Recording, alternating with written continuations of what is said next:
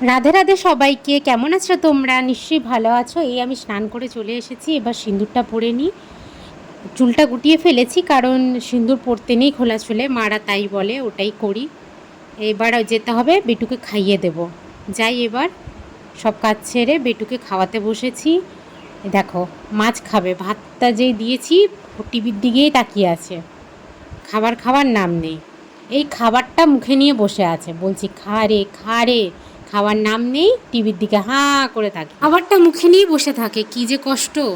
ছেলেটাকে খাইয়ে দাইয়ে দেখো খাবার নিয়ে বসে পড়েছি। এটা হলো লাউ ঘন্ট, এটা হচ্ছে ঢেঁড়স পোস্ত, ভাত, ডাল, চিংড়ি মাছ দিয়ে ইঁচড় আর মাছের মাথা দিয়ে ডাল।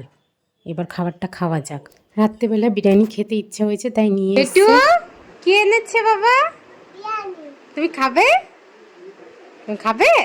ভালোবাসো? আচ্ছা ঠিক আছে, চলো।